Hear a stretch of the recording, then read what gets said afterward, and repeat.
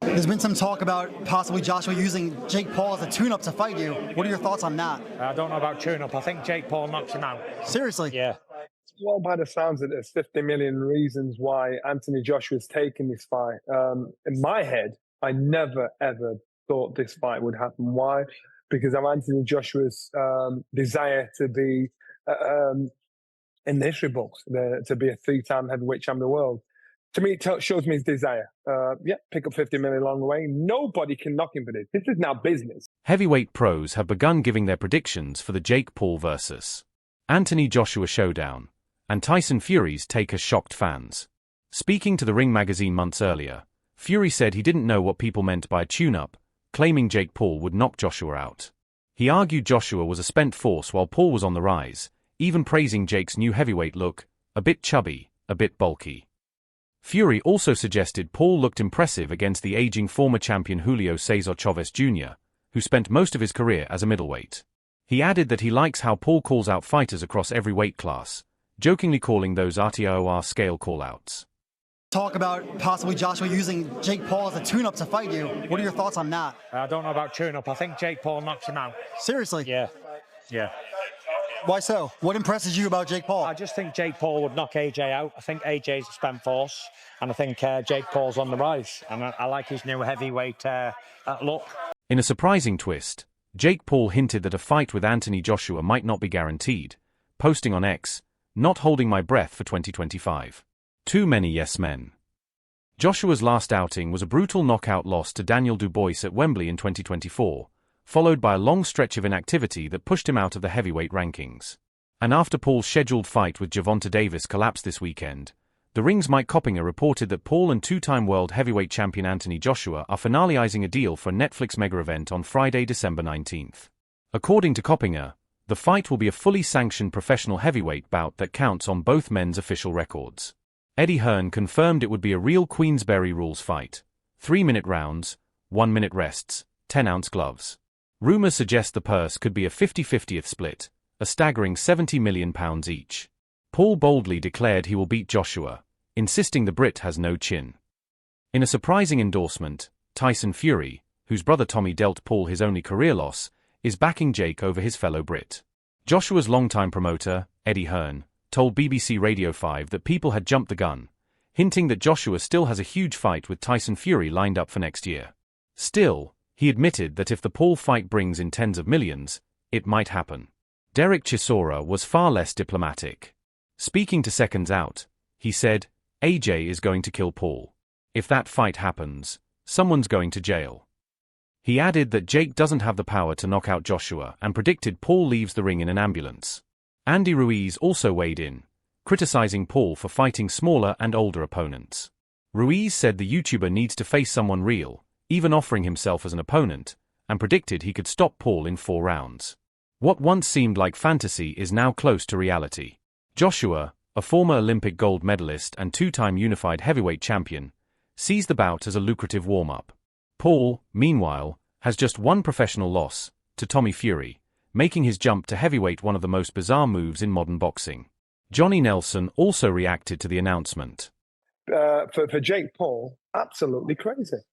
Jake Paul is a domestic level professional fighter here in the UK. Would he win a British title? No, I don't think so.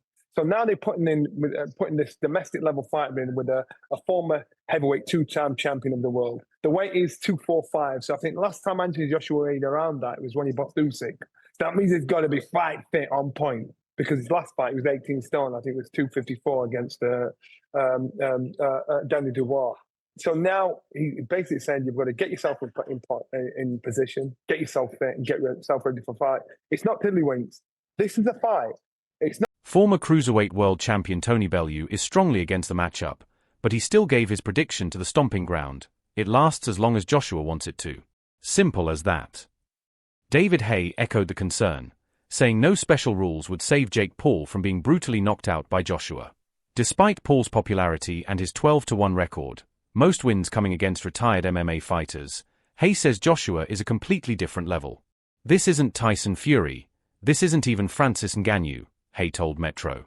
"This is a cruiserweight with 13 fights fighting an Olympic gold medalist and 2-time heavyweight champion. Jake has absolutely no shot. Many are worried about Paul's safety, especially given Joshua's devastating power, the same power that flattened Francis Ngannou in seconds earlier in 2024.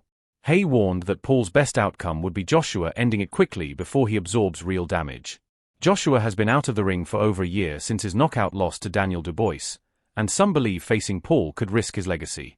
But others argue it won't harm his reputation at all. If anything, knocking out Paul might boost it. While Paul hinted the December fight might fall through, signs still point to a showdown as early as January. Dana White also commented, calling the fight a bad idea but admitting he would definitely watch, predicting Joshua would finally give fans the beating they've been waiting for. See the fight that's reportedly being worked on for December 19th in Miami. Did I see the fight being worked on December 19th in Miami? Yeah. No. Do you know which fight I'm talking about? No. Fair enough. Oh, Jesus. That's a fucking bad idea. That's a bad idea. But let me tell you what. A lot of people will watch that one. Will you watch it?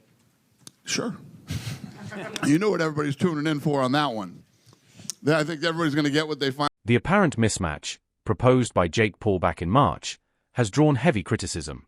After Canelo Alvarez rejected him, Paul said on his now-defunct podcast, "I want to fight Anthony Joshua because I know I'll beat him.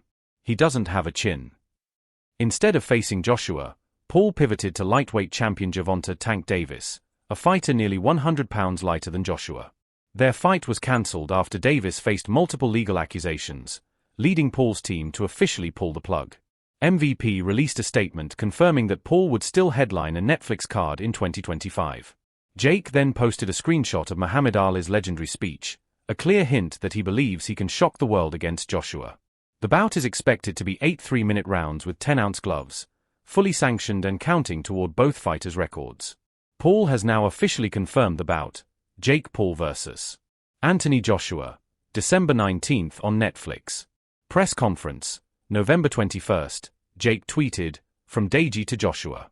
Sup." Joshua cannot weigh more than 245 pounds, a major factor, as he's been heavier than that in 4 of his last 5 fights. Joshua said, "Jake or anyone can get this work. No mercy." Paul responded, "This isn't AI. This is Judgment Day." Joshua promoted ticket sales on X, while Eddie Hearn warned, "Be careful what you wish for." This fight is no longer just a crossover gimmick, it's a full heavyweight showdown with real consequences. Frank Warren also reacted to the announcement.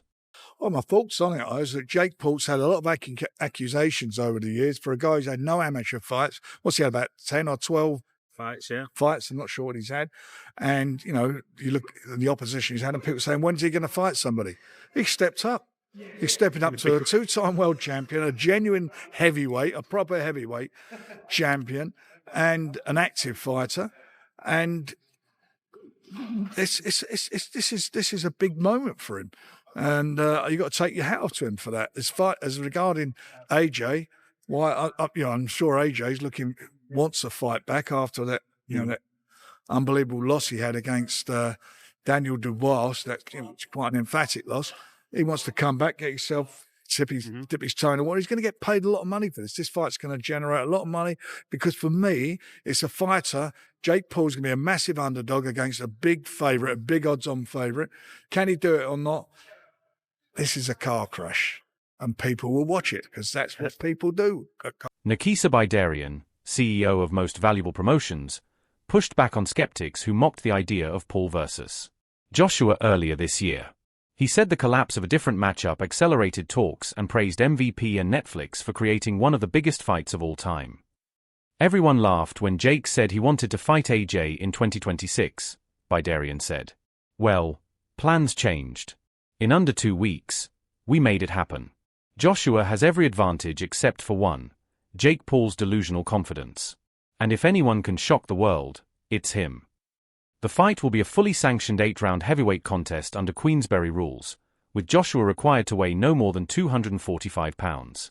Because the result will... If I can beat Jake Paul, then excuse my French, what the fuck is Anthony Joshua going to do to Jake Paul? I think my dad said that AJ could beat him with his prick, and I completely will back that up. Even if AJ had a broken arm in there, it still wouldn't go past a minute. To be quite honest with you, and as a safety aspect, there's no way that fight can go ahead. At the end of the day, my God, how good does it make me look? He gets beat by Jake Paul. Well, that automatically makes me two-time heavyweight champion of the world, doesn't it? There's no proper way. I've got to laugh about it. How are we even talking about this? He got his nut boxed off by me a little over 2 years ago. And now all of a sudden, he's talking about fighting Anthony Joshua. It's like, come on. Like, you can't be serious. You can't beat me. I'm not Anthony Joshua, am I? So... Early betting markets have spoken. Anthony Joshua is the overwhelming favorite. Most sportsbooks opened with Joshua between -1,000 and -1,250, while Jake Paul sits as a huge underdog at +550 to +800 depending on the site. These odds imply a 90% or greater probability of Joshua winning. Prop bets lean heavily toward an early AJ stoppage, with some bookmakers listing a first-round KO as one of the most likely outcomes. Markets will continue shifting as press conferences roll out, the weight limit approaches, and sharp bettors place their wagers.